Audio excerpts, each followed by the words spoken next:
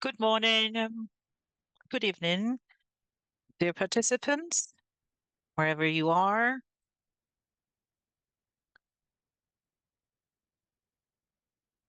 It is indeed a pleasure for all of us to have you among us today to take part to this webinar on the introduction and capacity building on cash transfers and vouchers in nutrition.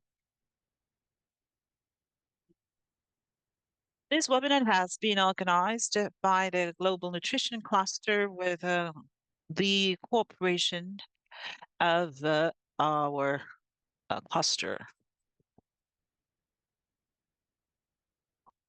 This webinar is going to be delivered in French with simultaneous interpretation available in English.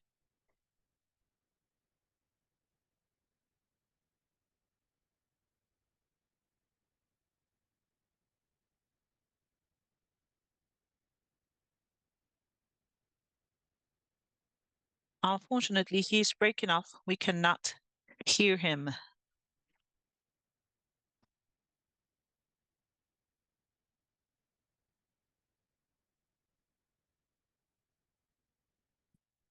Here you have the various associations and organizations who are working in cooperation with us.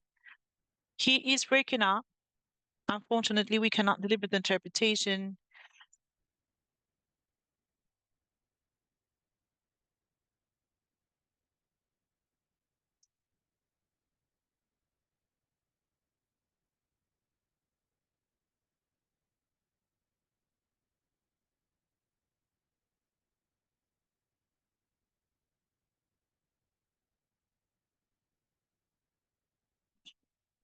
This is our agenda for today.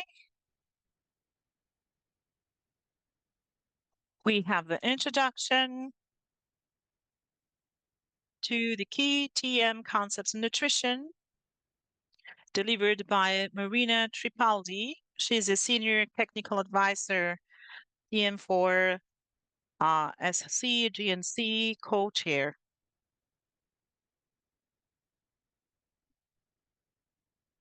Then we will listen to Mali's case study presentation. Then the presentation of a case study from Nigeria, the Q&A session, and finally the closure session and the next step. The webinar's objective is to address the key concepts and the appropriate terminology when we talk about money transfers, and also to learn from our experience throughout the partnerships that we have implemented and the lessons learned during the process. Thank you very much. I say thank you everyone for joining us today.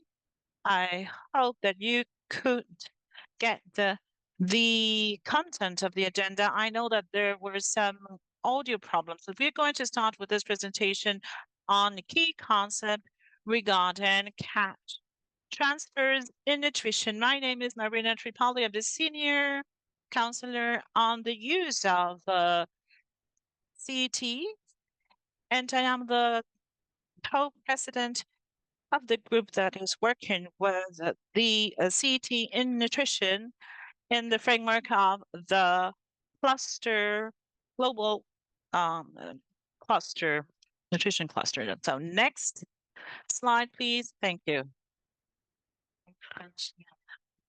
We are going to talk about cash transfers, what cash transfers are. This is just the provision of in-kind or coupon resources in case of nutrition and addressed to people who have malnutrition and to address specifically children under 5. And we provide in-kind money or coupons that they can exchange to have access to basic services that are necessary to proper nutrition. When we talk about money transfers or cash transfers for nutrition, we want to see concrete results and we want to see a change. For our group, our technical group, we have been working with a global guide, and for us, a result is a change in the anthropometric conditions of the child and all that had to do with the nutrition diversity. We can see on the field that this cash transfers have a concrete impact. When we talk about the cash transfers, next please. When we talk about the cash transfers, we are talking about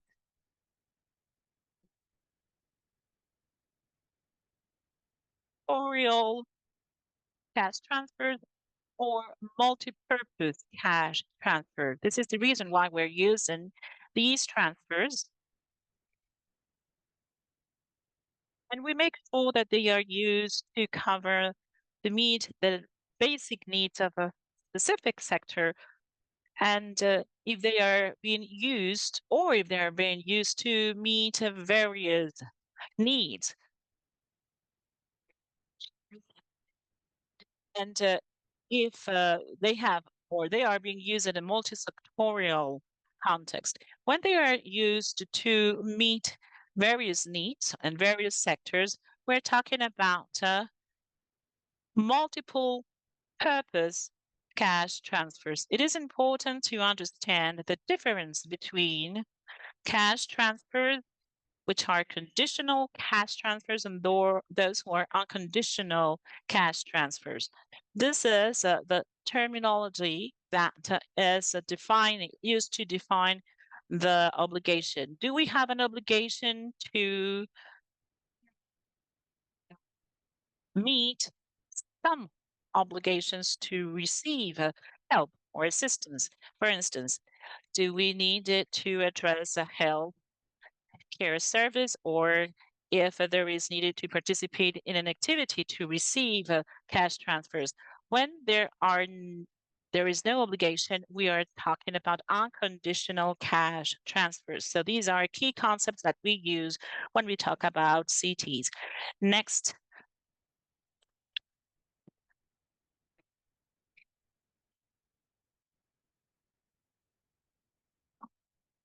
Likewise, regarding terminology, it is important to differentiate between restrictive cash transfers, which are defined according to their use.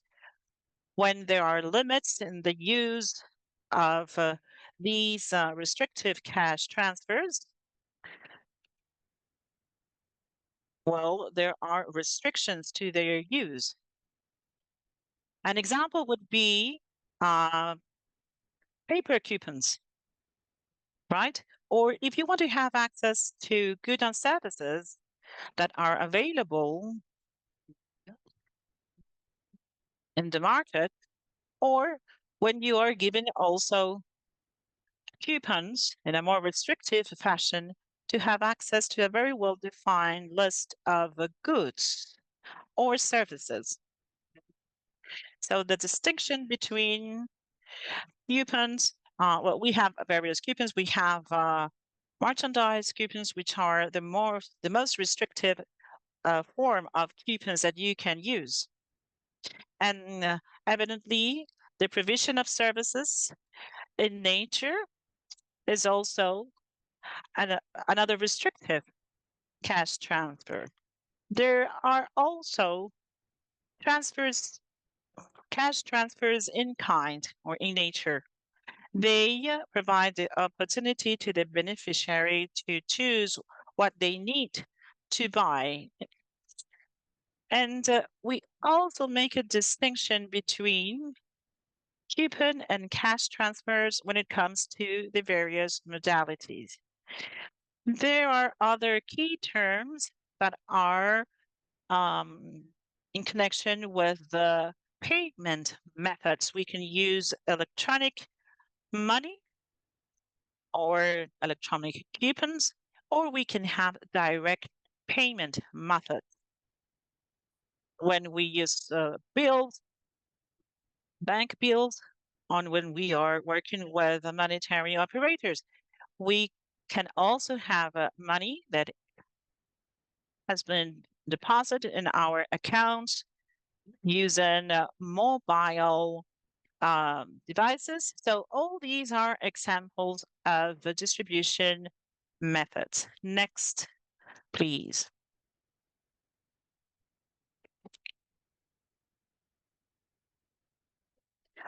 So we are trying to understand what is the link between cash transfers and nutrition.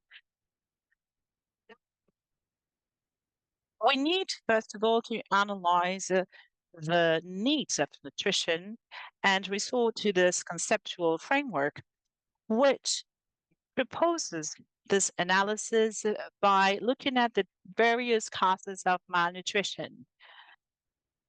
We can have intermediate, mediate causes, and favorable factors. When it comes to cash transfers, we have to understand if the malnutrition adjacent factors are being addressed. Do we have a food adequate environment, of a healthy environment? We need to bear in mind the fact that the population is having economic problems to meet their needs, and those problems have an impact on their purchasing power. So it is in this context that cash transfers can help. We need to understand the purchasing power to understand if the population can purchase what they need, but when there are also initiatives related to health or behavior change, this cash transfers are elements that can motivate population to resort to these services. When we use cash transfers within the framework of our projects, we are releasing the tension in households. Even if there are no specific activities, we can realize that women, they feel relieved in their capacity of covering their basic needs. And of course, their purchasing power increases. They are much more independent. They can use the money to cover healthcare services and other needs associated to nutrition. Next.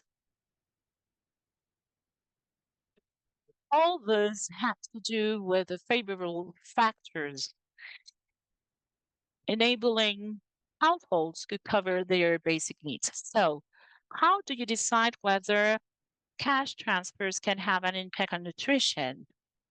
You need to conduct an analysis of economic obstacles to adequate nutrition. These are economic barriers. And we have to understand that cash transfers are interventions that are linked to the market. Why?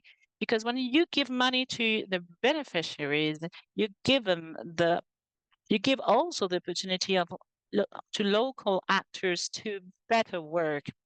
So when you conduct this analysis of barriers, you are analyzing, first of all, what the economic barriers linked to the supply are, and what the economic barriers linked to demand are also linked to for nutrition suitable. And these can have an impact on the economic barriers linked to demand. And we are going to see together some examples of these barriers. When it comes to access to appropriate nutrition.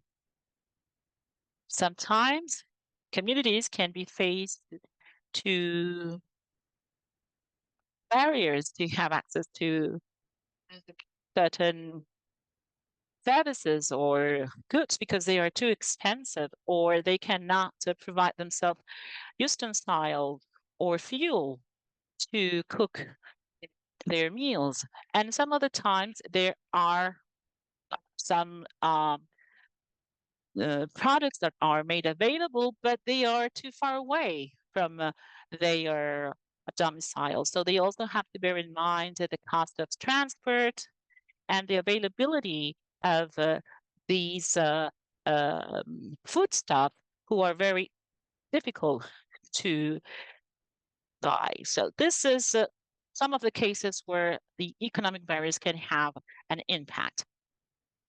Now, these interventions need to bear in mind in their response all the other causes that are linked to their context. For example, if they are issues regarding skills or knowledge about how to access to services, if there are no interventions aimed at addressing these problems, the CTs will have a limited impact. I'm going to take another example of economic barrier when it comes to proper access to food and healthcare. When there is a limited time, for instance, to make proper meals or to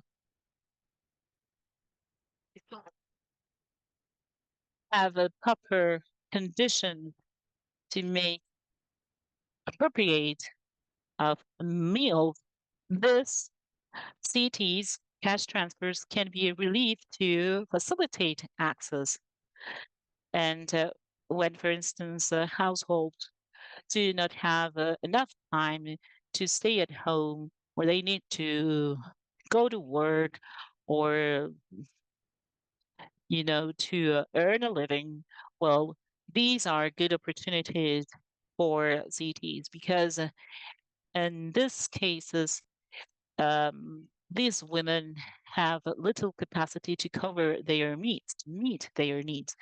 Next slide, please. So these are examples.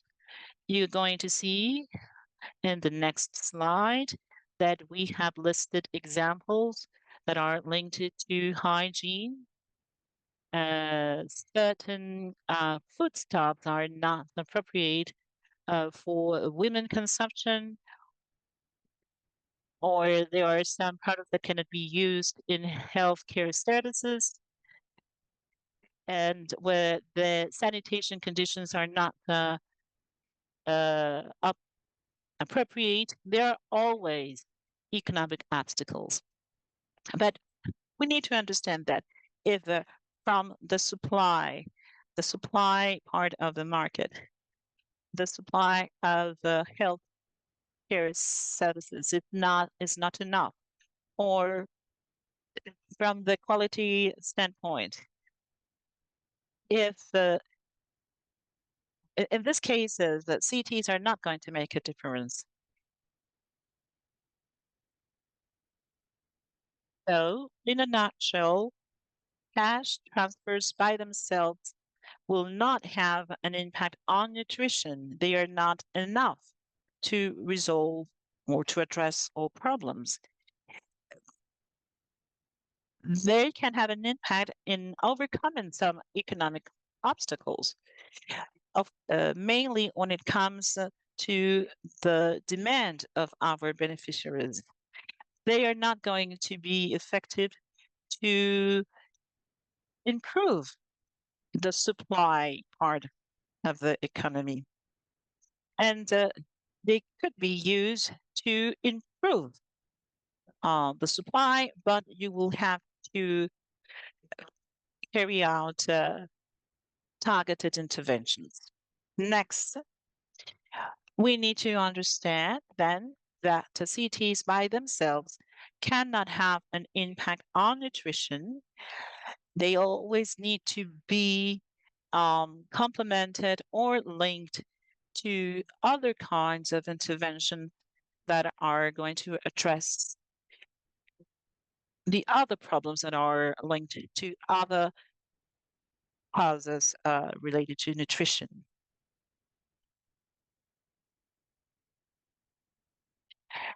What does the evidence say about the effectiveness of CTs in nutrition? Well, this technical guide that was produced by the DNC is presenting an analysis of the evidence. And we have looked at the CTs used for nutrition. And we have also looked at the expert's opinion. So we can see that in most cases, CTs have an impact on immediate determinants, as I explained. Mainly when we give coupons or money, we are improving households' capabilities of covering the intake, the dietary intake, and they improve the dietary diversity of children.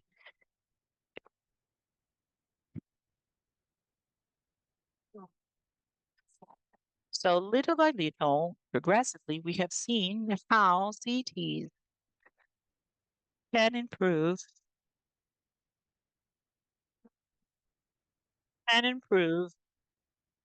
the dietary diversity of children and also children's health. We can see increasing examples of projects using CTs combined with nutrition interventions. And we can see that the dietary diversity of children has increased and has improved. When we look at the nutrition state of this groups that we have studied, we have mixed results.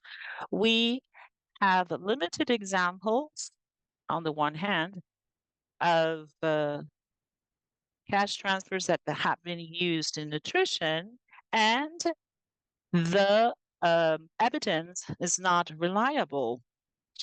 We have not conducted assessments with reliable methodologies, but we have seen that if in the past there were development projects or there were projects that were addressing chronic malnutrition with a positive and constant results, when we used the cash transfers for nutrition, we could see that CTs were efficient, mainly when it comes to preventing malnutrition. And these are very promising results. And as I said before, we have seen also the use of the CTs that could improve the household's general situation, and it can also reduce domestic violence. Marina, you have 2 more minutes? Yes, thank you very much. So what are the most common approaches to integrating CTs into the nutrition? So we have identified some of them. The first approach proposes the use of cash transfers, only cash transfers, to improve the nutritional state of individuals or to improve the dietary diversity of the household. And we have realized that in this case, CTs are much more efficient than they are when they are accompanied by other interventions. The second one is coupling CTs and context-specific strategies in order to change behaviors. These two are complementary. In most cases, we can see examples of positive results when we work under this category. When we are combining the two, because without a change in behavior patterns, there cannot be a real change. And cash transfers are regularly used as an enabler to motivate people so that they can have access to preventive health services that are free. We always suggest to use um, this approach. And the approach 1 and 2 and 3 are used in prevention. Approach number 4 proposes using CTs to facilitate access to treatment services or healthcare services. We use them when there is a problem in the access or when using CT. So this intervention aims at covering all costs related to transport, accommodation, and if we do not cover those, the whole household is going to be very vulnerable, and they will have no chance in having access to healthcare services. And the fifth approach is to provide CTs to households that have children under malnutrition or a global severe acute malnutrition. So in this case, the cash transfer aims at improving results of the treatment that is provided, or it aims at preventing children from having resort to treatment, because these interventions, if we don't make them, if we don't make this intervention, there is going to be a higher risk of SAM or MAM, and there is not going to be any kind of improvement. So we will have to resort to this kind of intervention. So approaches 4 and 5 are approaches that have, however, not been fully documented. We need more evidence and more projects to understand the efficiency of CTs in this context. And in closing, well, we have developed many resources in our cluster, and we have identified there are many myths and challenges in the use of CTs in nutrition. In order to better understand these challenges,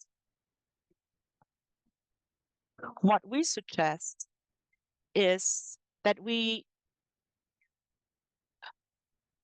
need to visit the cluster website and read this guide regarding the most frequent questions on CTs and in nutrition. Thank you very much for your attention. I am going to give now the floor to Amadou for the next presentation. Thank you very much, Marina, for the presentation and for all the information that you have shared with us, which are very interesting. Thank you. And Marina, she is a co-chair of GNC, and she is in charge of CTs. And we are not going to start the case studies of Mali. Soleimani Amari is going to present the first case, and you have the floor. You can activate your mic. Thank you very much. Good evening to all of you. We are very pleased to have among us all of you, and to have the distinguished panelists that are with us today. It is a pleasure to present to you the approach that we have been using in regarding CTs in the framework of the 𝗂𝗏𝗏 program. Next. Next. Thank you. So Cash nutrition of the 𝗃𝗁 program. 𝗃𝗁 Resilience Food Security Activity, RFSA, is a program financed by USAID, which was implemented by various NGOs in different regions in the north center part of our country. And we have three main objectives. Number one is stabilize vulnerable households by reducing the impact of shocks and connecting them to basic services.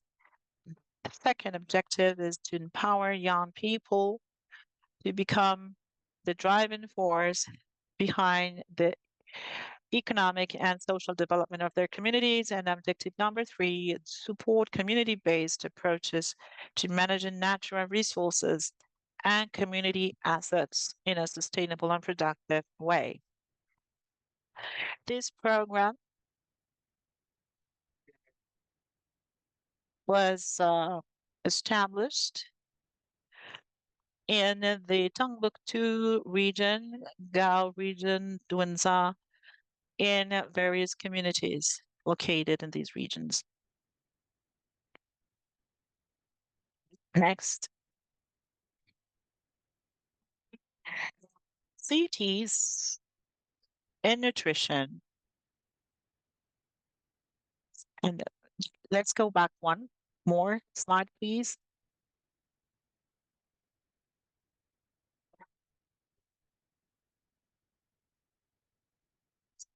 So cash transfers in nutrition, sorry, is next slide, please. Next slide.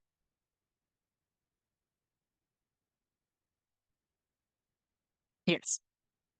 So cash, as I said before, cash transfer activities are in line with objective one, which is to stabilize vulnerable households by reducing the impact of shocks and connecting them to basic services. Following the resourcing families for better nutrition approach, we have put in place this program. Next. So this approach is a innovative approach which enables us to effectively fight against nutrition by focusing on vulnerable households while we provide financial, permanent financial services. And in doing so, we are also giving them support in terms of nutrition, and we encourage them to adopt new behaviors. So we have various activities that enable us to address all nutrition issues.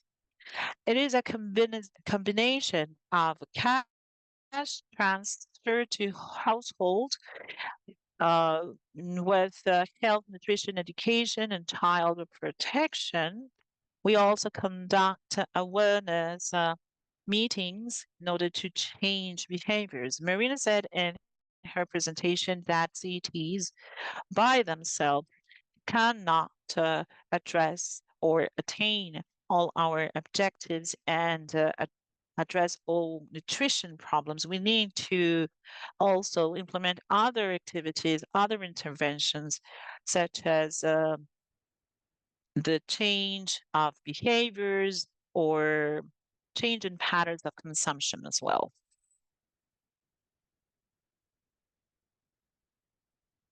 Next. Thank you.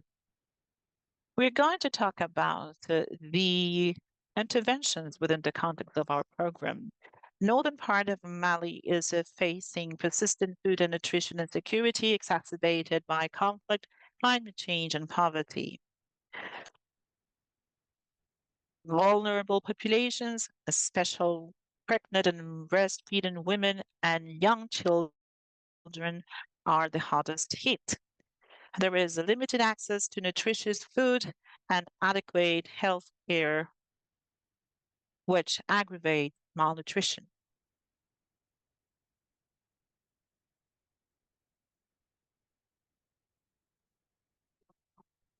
The goals that we are going to talk about have to do with, for instance, the need of a analysis to uh, the food regimes, limited purchasing power of vulnerable households, poor and very poor, for dedicate resources to the purchase of nutritious food.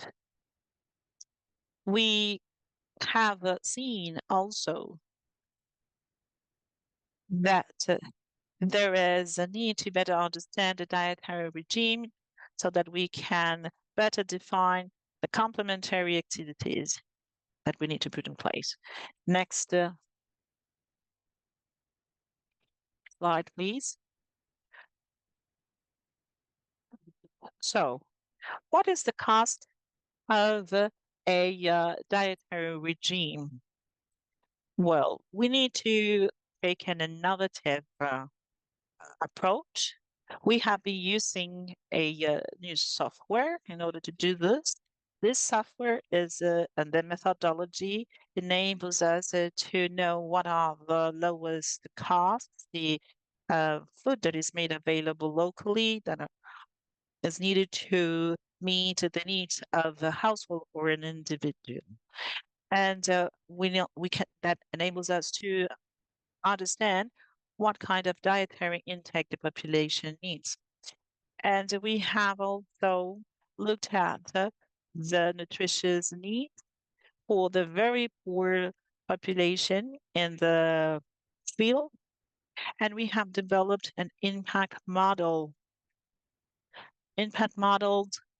of activities that will enable households and vulnerable people to use modelizations using various tools to make a nutritious combination. And another objective of these COTD tool is to understand the social, cultural, health, and economic factors that impact the selection, the distribution, consumption of family food. What we need to highlight in this is that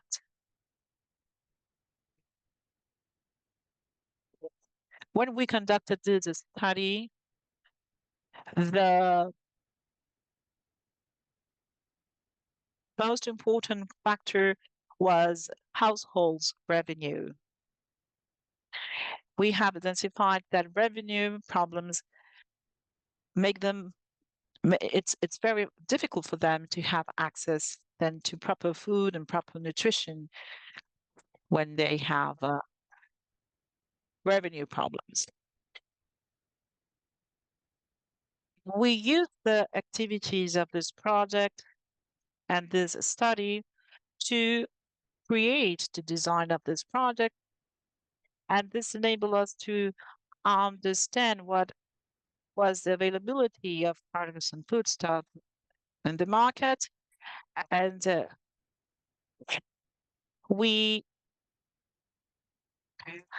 discovered that nutritious low-cost foods are available in markets all year round, as well as foods that households collect them free of charge from the wild. And the study showed also that there is availability of wild foods such as sorrels, water lilies, jujube, and dates that can reduce the food costs. Another aspect that this case study helped us to understand that the cash transfers that are conducted within a community, even if we give them this money, we could see that this was not enough to provide a nutritious food. So this was a very important element we took into consideration when designing our tool. So given the situation, we have to provide an answer regarding the CTs.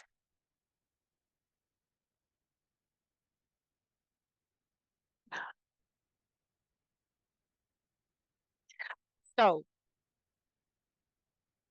we can say, generally speaking, that women are the main beneficiaries of the CTs. Women receive monthly transfers for up to 16 months or until their child reaches the age of 2, with the aim of covering a large part of the first period, including the first 6-month supplementary feeding. Transfer amount covers 65% of the cost of a nutritious diet based on dietary habits for a pregnant woman and a child under 2 for the first 10 months. Then we look at decrease it to 45% for the remainder of the enrollment period. Each woman receives around 12,000 francs per month. And in other regions, it's about 10,000. In these study, we also get the 𝗬𝗪s involved. 𝗬𝗪s facilitates the identification of participants and monitors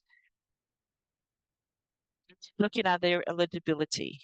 And the transfer modality we used was cash delivered directly to the women.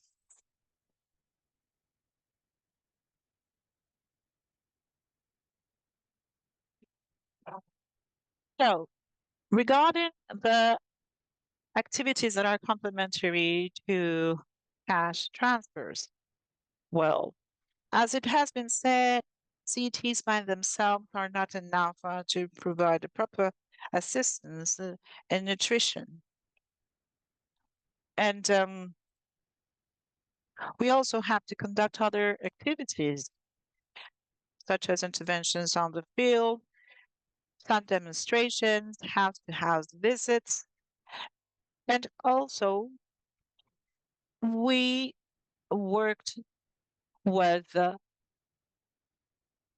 the local production, for instance, of a flour using a very simple combination of ingredients. And we also used another methodology to increase output of some of the foodstuffs. Another aspect that we addressed when working with women and beneficiaries has to do with the garden, market gardens or micro gardening. And we also introduced a foodstuff, sweet potato, that was introduced in some regions. And also another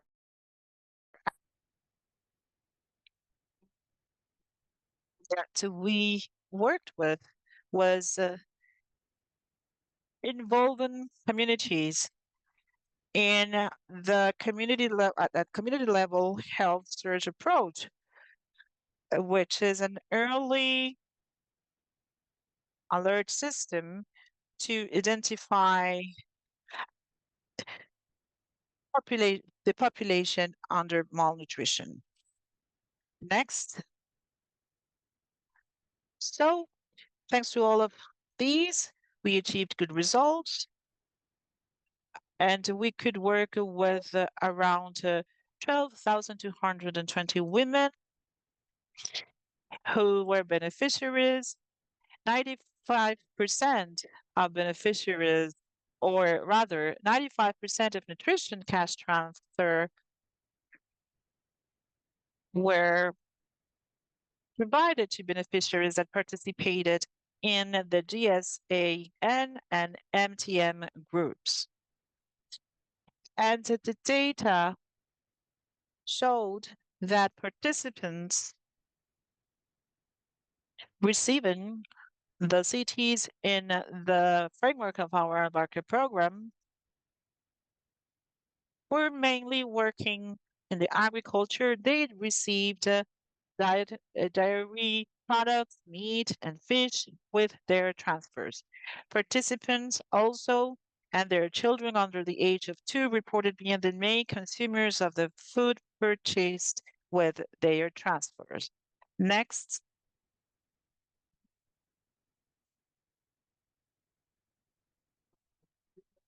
So, yes, let's go back one more, please.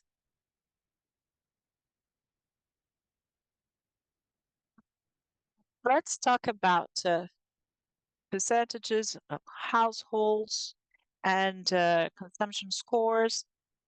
Here we can see some results yielded from the 𝗂𝗏𝘀 annual follow-up survey conducted in September 2023 that showed there was an increase in the percentage of households with an acceptable food consumption score from 75.3% to 91.4% in 2023 and 95% in 2024.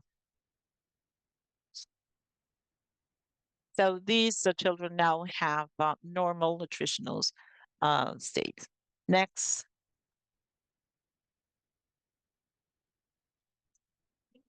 Regarding the challenges and the lessons, we had mainly operational challenges and some issues in transferring some of the resources.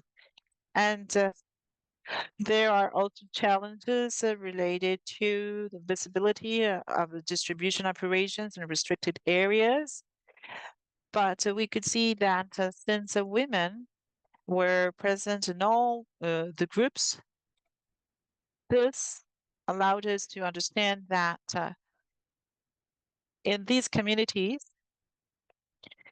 the women's condition improved. Next. We could say then that 𝗂𝗏 has seen the positive impact of its integrated approach on nutritional status of women and young children.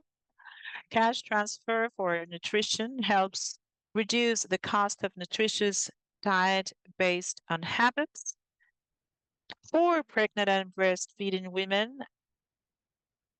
And we also could see that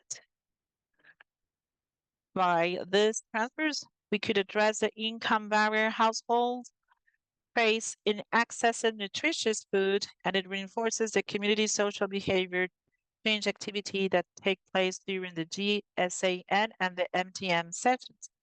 In the next phase of the program, 𝗂𝗏 will focus on helping households to continue developing long-term suitable strategies for accessing nutritious food by combining income generation and increased availability of food products at household and community level.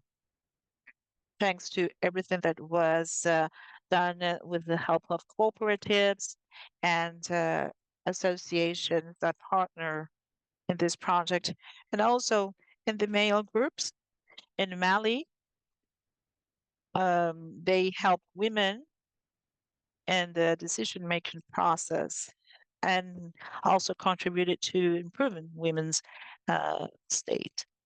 Next. Thank you very much. Thank you, Mr. Alimani.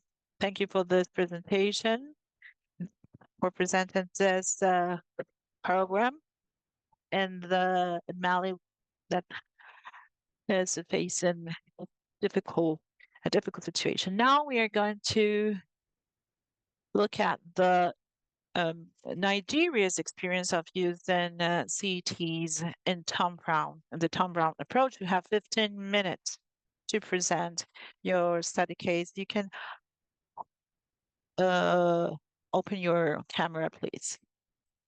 And the previous speaker can then also turn off his camera. Thank you very much. Jonathan? Yes. Can you hear me? Yes.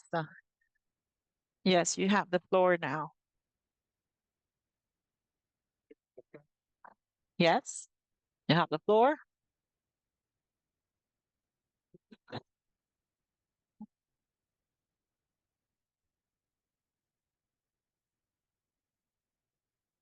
She is cutting off. Unfortunately, we cannot provide interpretation.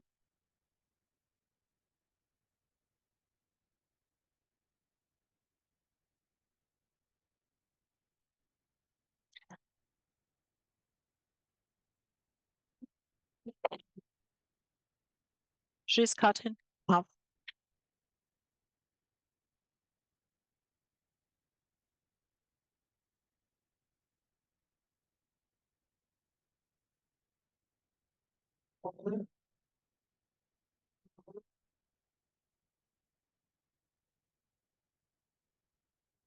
These are the regions where we have been working and we conducted an evaluation. Yes, it is very complicated to follow.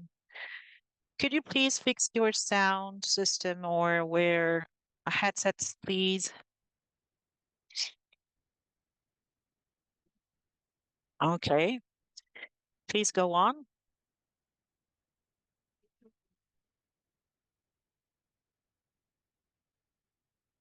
Unfortunately, the sound quality does not allow for interpretation. We can barely hear the speaker.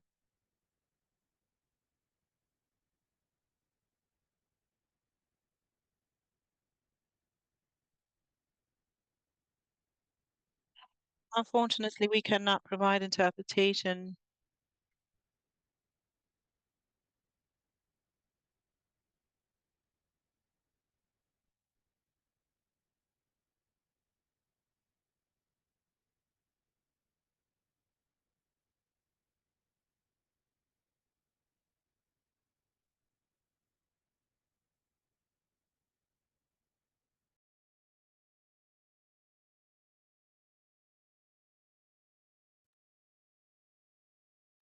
We can barely hear you. Maybe you can turn off your camera to improve the signal because we cannot hear you.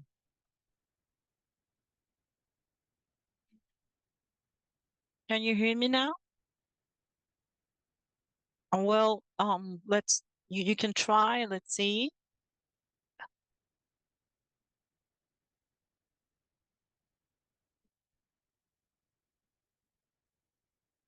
Unfortunately, the sound quality is not good enough for interpretation.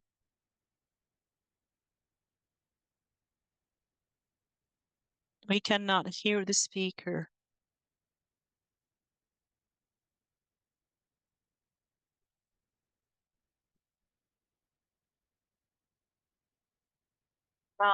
If you lean to get closer to the computer, maybe we can hear you better. Because connection is not stable, it does not allow. We cannot hear you. It is very difficult for the interpreter. Is it better now? Well, a little bit better. So we conducted an analysis to identify nutritious needs in our context. She's breaking up. We cannot hear her at all.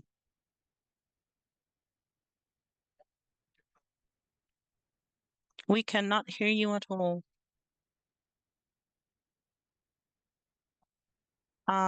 We cannot hear you, Madam Automata.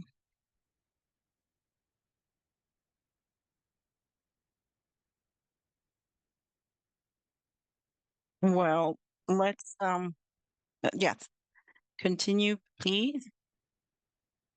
Next slide.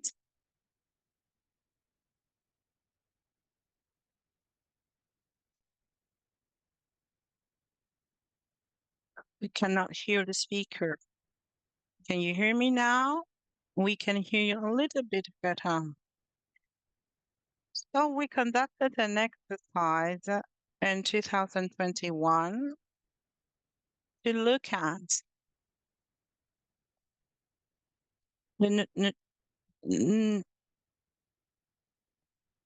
nutritious diet compared to an energy-dense diet. Thanks to this study, we could compare the cost of an energy-dense diet per household per day and the cost of a nutritious diet per household per day. If we compare these two, we can draw some conclusions. We will have to look at revenues and also nutritious behavior. And this was a study that enabled us to identify that we have an energy-dense diet amounting to 505 FCFA compared to the cost of a nutritious diet, which is of about 1,103 FCFA. And we could see also that the cost of a nutritious diet can vary and can be 2 to 3 times higher than an energy-dense diet. We also looked at various package combinations and using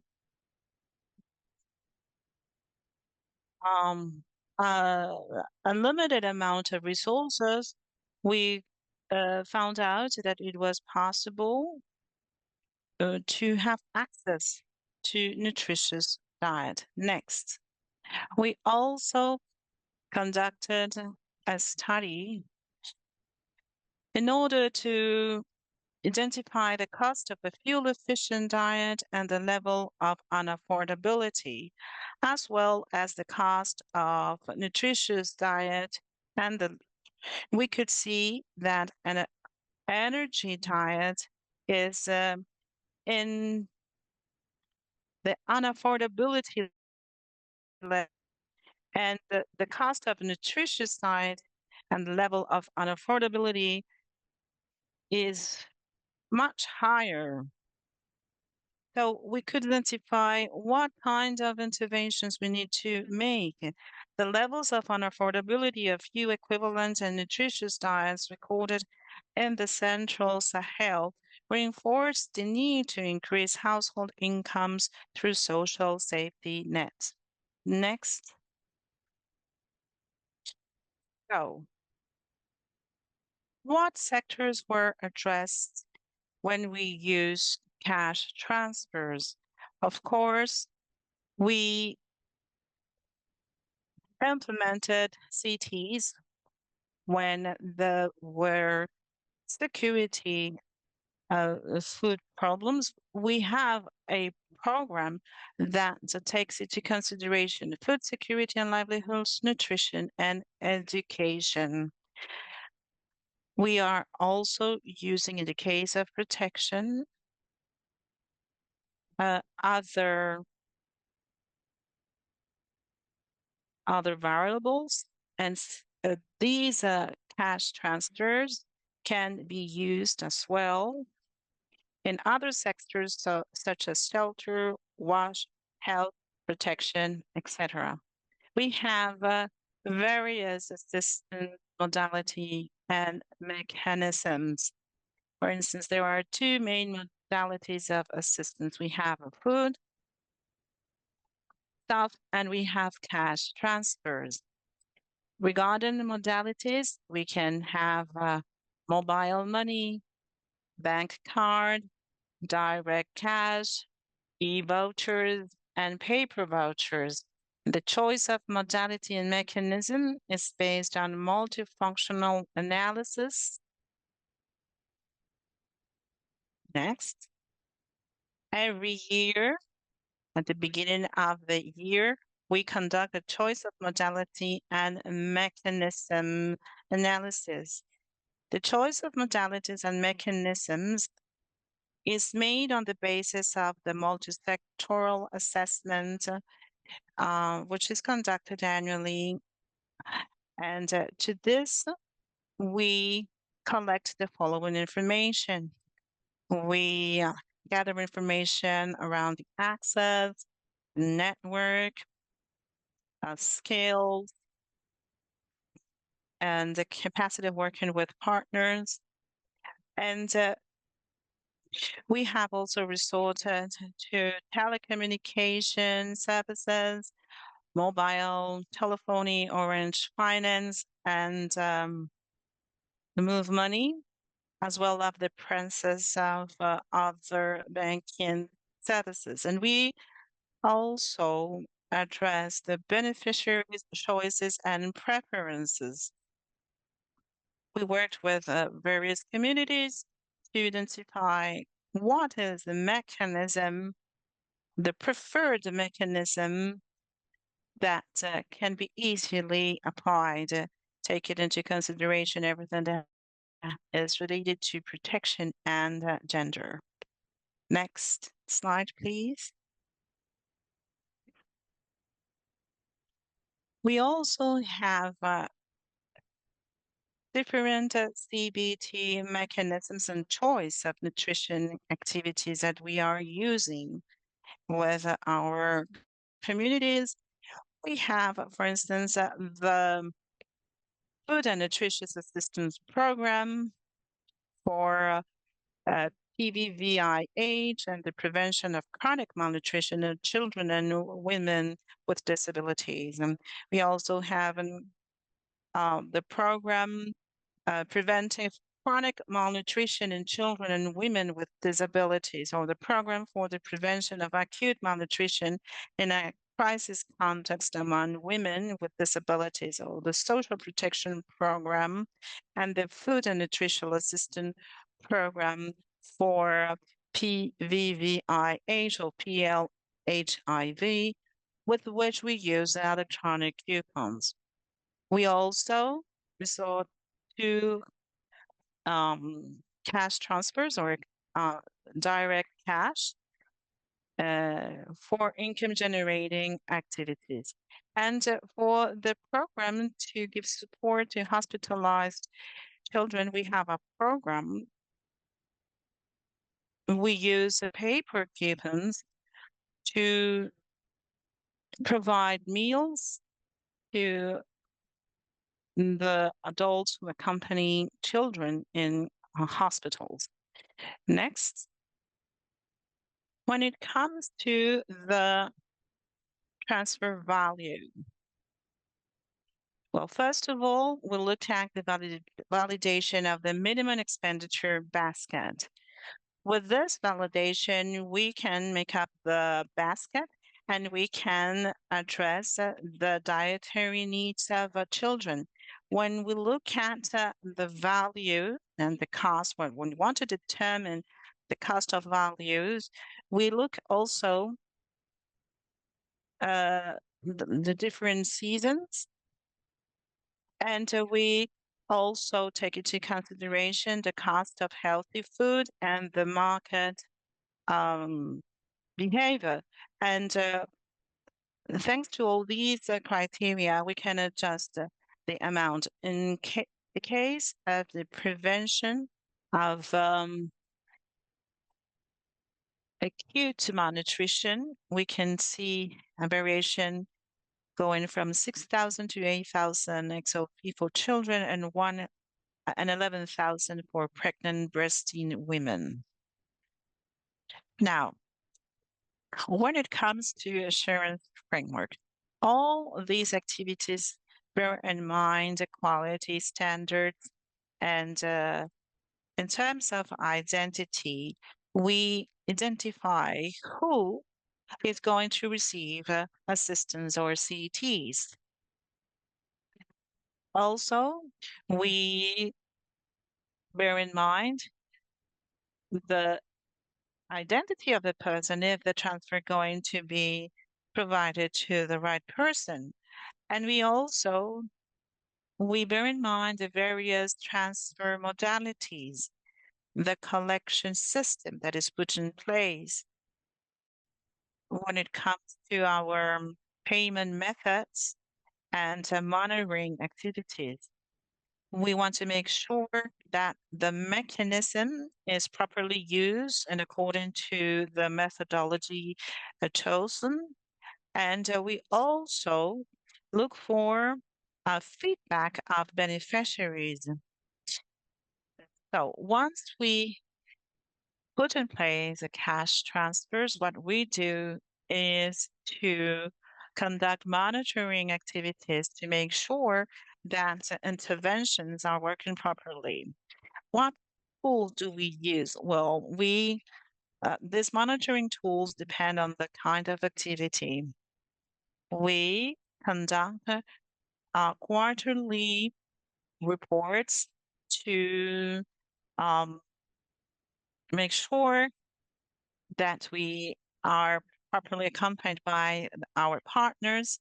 As you know, all our interventions are made in cooperation with the various stakeholders working in transport services and other services or vouchers providers, etc.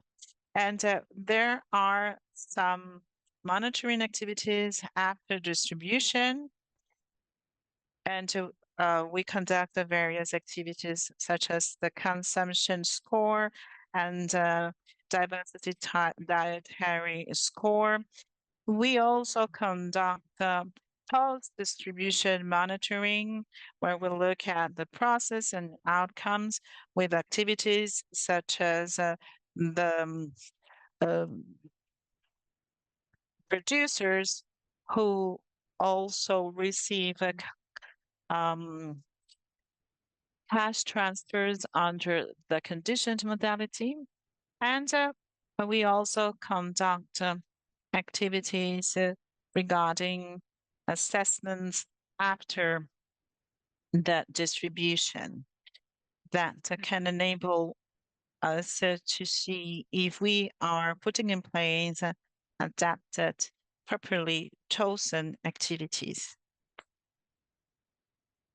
So what are the constraints and difficulties that we have faced? So we have identified some of them, and mainly inaccessibility of certain areas, such as the central and northern regions. We also have low coverage of financial services, especially in rural or isolated areas. We also identified a low mobile or banking network coverage in several rural areas, which limits transfers via mobile money or cards. Also, limited capacity of local financial providers, mobile agents, banks, to cover all target areas, and the lack of identity documents among some beneficiaries, preventing them from registering or withdrawing funds. So we have to bear in mind all these constraints and difficulties to put in place a proper mechanism. In spite of all these difficulties, we are always ready to propose other mechanisms of CTs to provide assistance to various households. Next. The best practices. Well, one of them regarding CTs, we have identified that networking works very well. Networking between wholesalers, traders, and producers to facilitate also transport of a foodstuff. Also, targeting women. As you know, women are key actors regarding the decision-making power over the use of food products.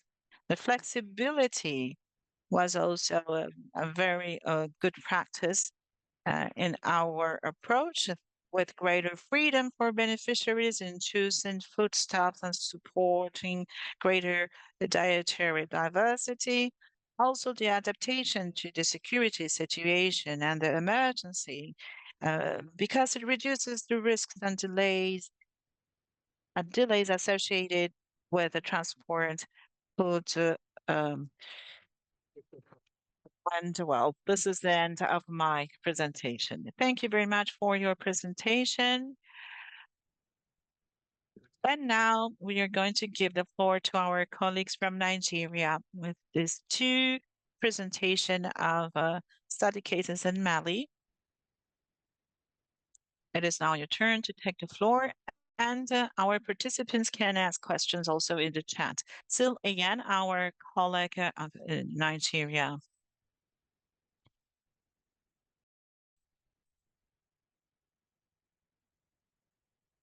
You have 15 minutes for your presentation.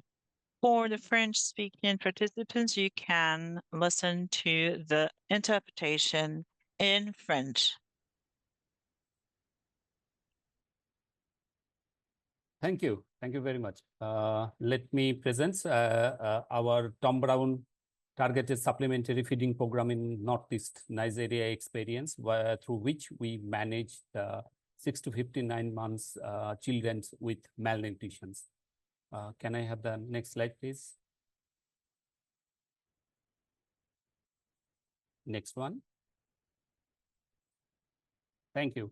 So in Northeast Nigeria comprises of 3 states. It's the Borno, Adamawa, and Yobe. And these states has been negatively affected by a protracted conflict due to an insurgence led by non-state armed groups. It has led to significant displacements and food insecurity. The conflict, compounded by the economic instability with severe currency destabilizations, has contributed to high rates of acute malnutrition among children to 6 to 59 months. If we look at our recent round of nutrition food security survey, we found that a global acute malnutrition prevalence in Borno is around 18.5%, and in Yobe it's 15.2%.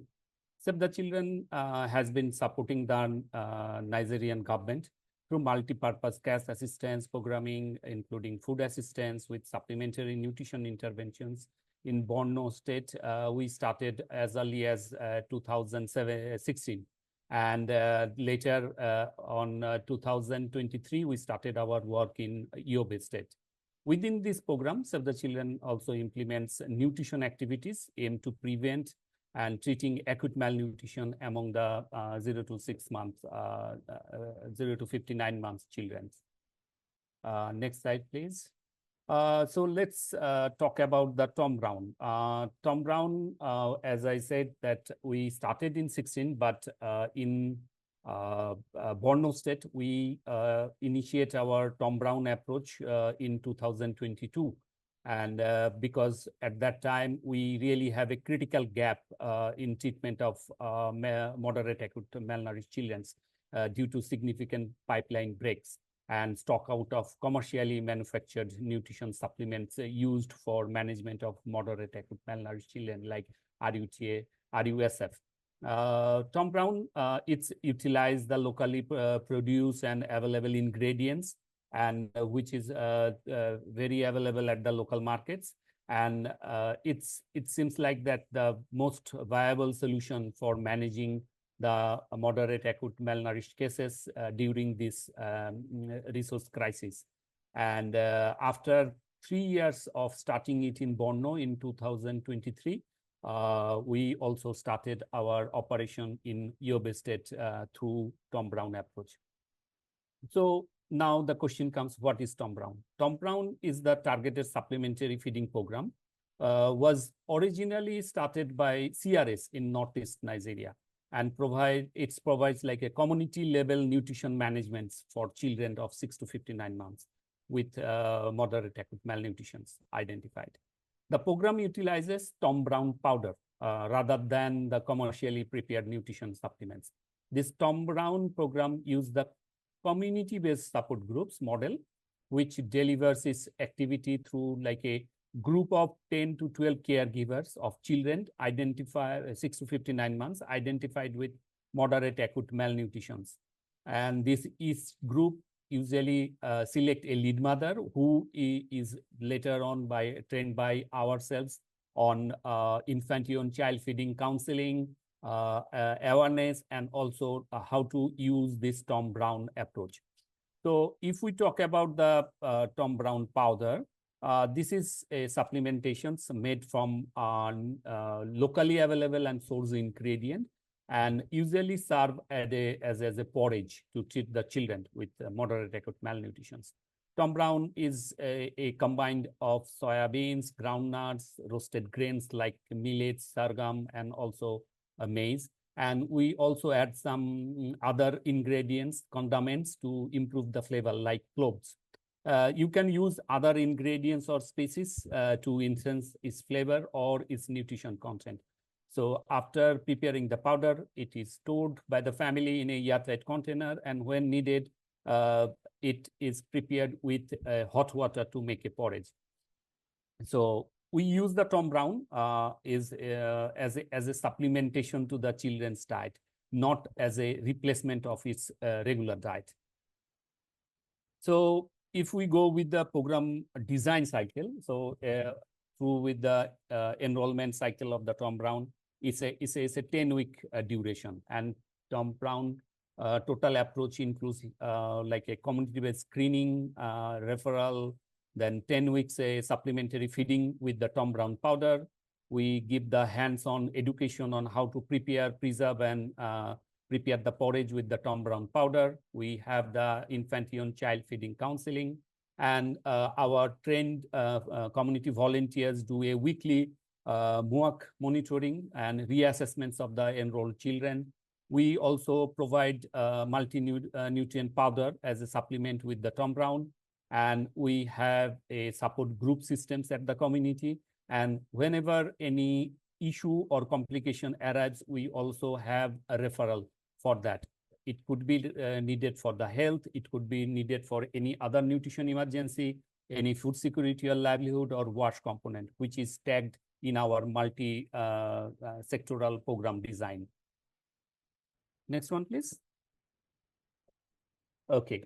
So after conducting all for those Thom Browne approach, we found the issues. So we decide that we will make some amendment or adaptation in our Thom Browne approach, which was initially designed by CRS.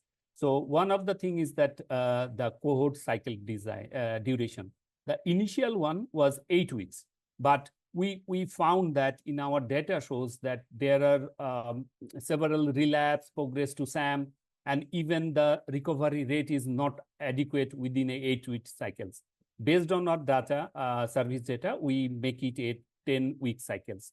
The second adaptation that we make is that in our delivery modality of the raw ingredients.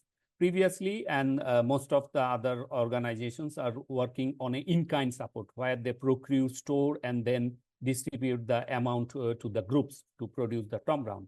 But we introduced a different cash and voucher assistance approach in distributing those modalities.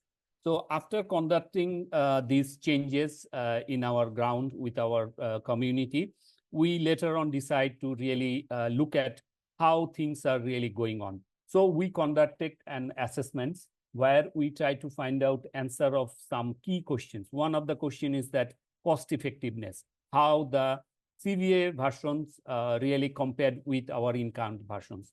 We also want to look at our community, our participants, to see how their experience is, what are the challenges or comfort they got with this cash voucher approach in Thom Browne. And the third and definitely important one, we reviewed and assessed our program service data to see whether these 10-week cycles is really making a significant change in the nutrition outcome compared to the 8-week cycle that we have initiated initially. So with that, let me welcome my co-presenter Patricia to really walk you all through our findings from those assessments. So Patricia, over to you. Thanks so much, Ayan. I'll now go over some results from a study that we conducted on Tom Brown in Nigeria. Our first research question was, on which delivery modality is more cost efficient for implementing Tom Brown? In-kind delivery of nutrition commodities or providing CVA to lead mothers to procure nutrition commodities at local markets? Next slide, please. So to conduct the analysis comparing the cost efficiency between Tom Brown implementation using the in-kind versus CVA modality, cash and voucher assistance modality, data was compared between two separate programs. One program in MMC and Jerry versus the 𝗂𝗍𝗶𝘁 program. When Save the Children began implementing Tom Brown in 2023, the cash and voucher assistance modality was used. While in the MMC Jerry program, they had been implementing Tom Brown since 2020 using the in-kind modality. So for the analysis, an 8-month reference period from both programs was used. From October 2022 to May 2023 for MMC Jerry, and from October 2023 to May 2023 for 𝗂𝗍𝗶. So this 8-month period covered both the harvest and lean seasons, and the Save the Children Nigeria team felt that this period was adequate to capture the full cost of delivering Tom Brown to a cohort of beneficiaries. So using the same time of year mitigated the impact of any seasonal price fluctuations for staple food items in Northeast Nigeria on 2 projects, which involved procuring large amounts of agricultural commodities from local markets. For the data sources, we used general ledger transaction list reports from Agresso, desk reviews of program documents, and key informant interview with the country office staff. We used an ingredients-based costing approach and dioptra software. And due to severe currency devaluation during the study period, the 𝗂𝗍𝗶 program costs were estimated using purchasing power parity terms. This just means that it's comparing the same relative Nigerian naira to US dollar amount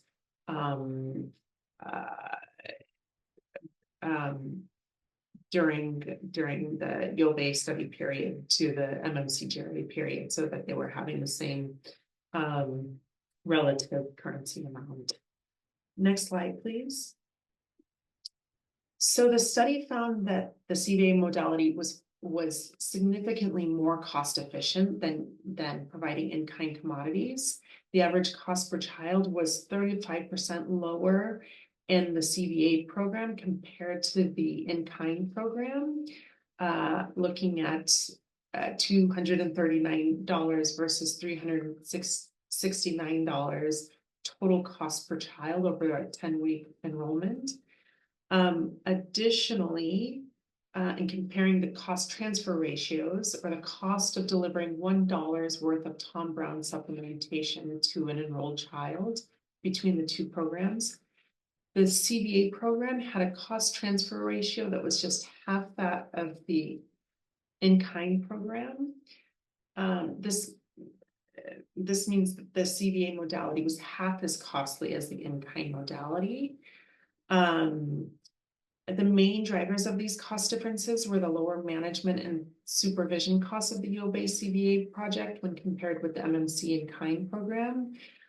This can likely be attributed to the decrease in management costs needed to support the commodity procurement, storage, and distribution processes. The supplementation or commodities costs between the 2 programs were largely the same. Also to note that REACH also likely played a role in decreased costs of the CVA program. We had a much larger REACH in the CVA program, but it does not appear that REACH accounted for all or the majority of those cost efficiency differences. Next slide, please.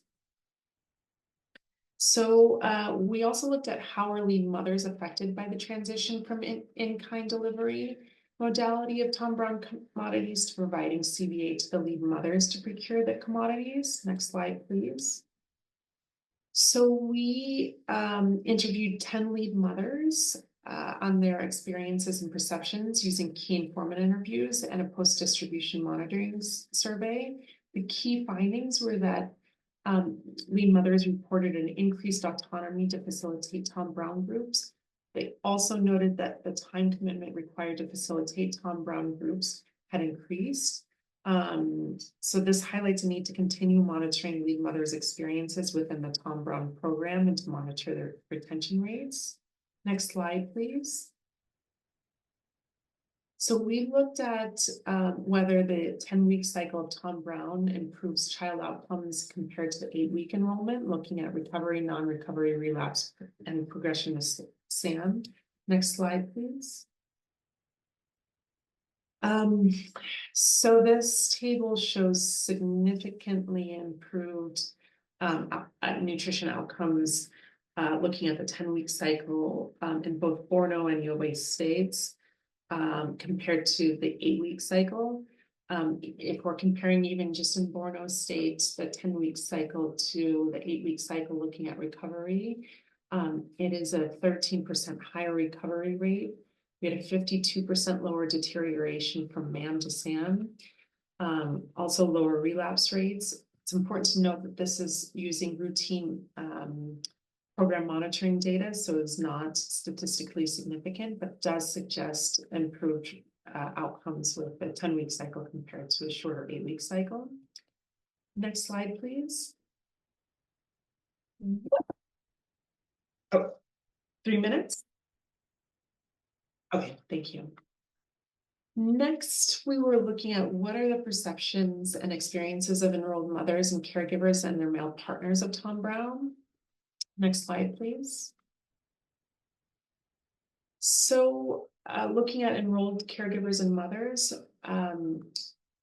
so we conducted also focus group discussions and post-distribution monitoring surveys with enrolled caregivers and mothers, 210 of them. And overwhelmingly, the results were positive. They had very positive overall feedback to provide on the program. And there were no unintended consequences among enrolled children or the community members. Looking at male partners' perceptions of the program, they also had strongly positive views towards Tom Brown, and there were no reported negative views towards the program, despite the mother needing to dedicate significant amount of time outside of the home for the Tom Brown program. Next slide, please. And actually forward to the next slide. Thank you. So looking at implications for future programming, this study shows that Tom Brown is a viable option for treating MAM in the context of pipeline breaks and nutrition supplements. Tom Brown represents a local ingredient-based supplementation approach to be used in place of other options such as CSV or CSV++, which supports local markets. For other countries interested in implementing Tom Brown or any kind of local ingredients-based approach, it's recommended that programs consider which ingredients are available and used within the local communities. They might also consider whether a dry powder supplement would work in the context, or would a paste be more appropriate, and if there are any other adaptations or considerations which may be needed. We've, in the Northeast Nigeria context, found strong community acceptance of Tom Brown. The 10-week cycle duration we found to lead to improved nutrition outcomes. Cash and voucher assistance delivery modality was found to be significantly more efficient than in-kind delivery. It is important with any sort of CVA programming to monitor price, regularly monitor price, monitor market prices, define and monitor inflation thresholds and triggers, and also to use post-distribution monitoring data and qualitative data to inform ongoing programming. Next slide, thank you. That's the end of the presentation. Thank you so much.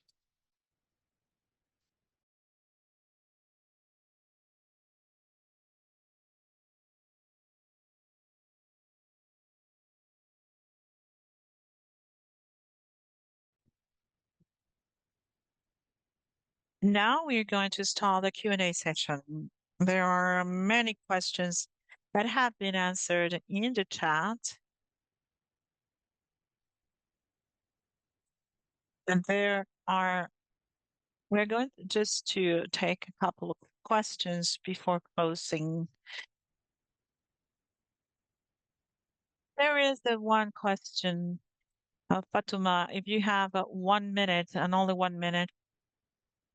There is a question about the agriculture fairs, if they are efficient in case when given assistance to children under malnutrition.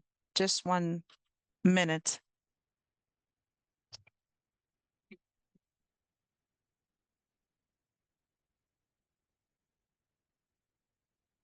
Just breaking up. Now, the agriculture fairs are useful and effective when it comes to increasing the dietary diversity, but they could also have a role in preventing malnutrition. When we look at the use of these activities of agriculture fairs with just breaking up, I'm sorry, the sound quality is not good enough for interpretation.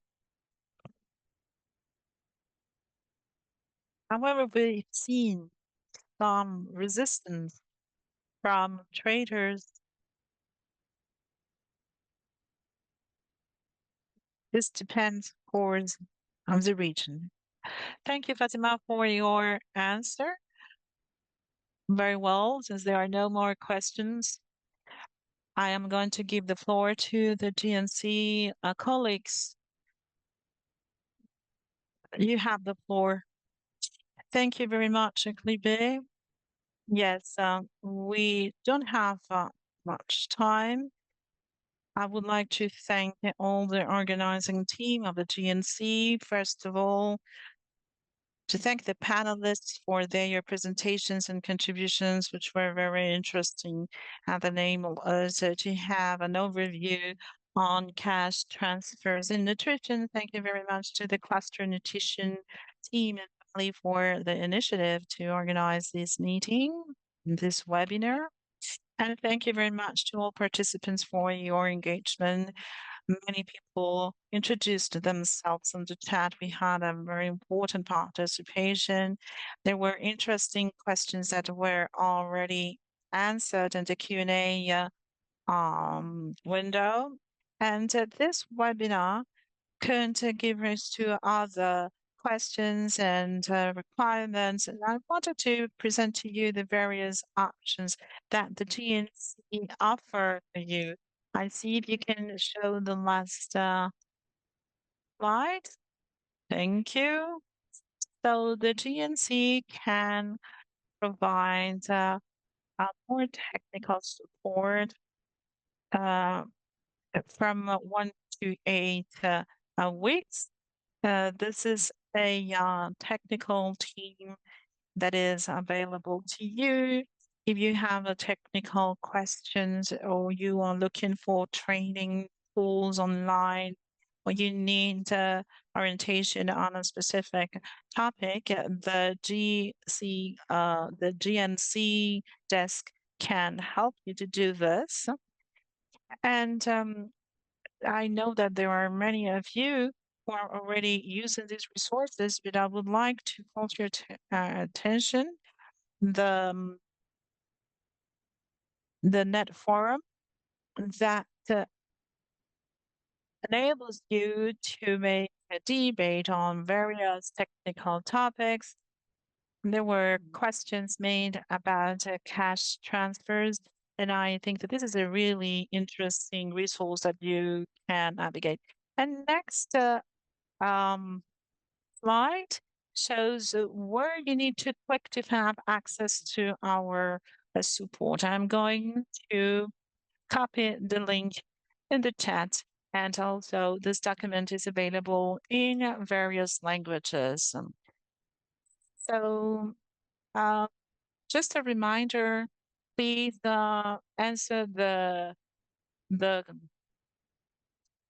survey so that we can have your appreciation regarding the quality of our webinar. Thank you very much for your participation. Thank you.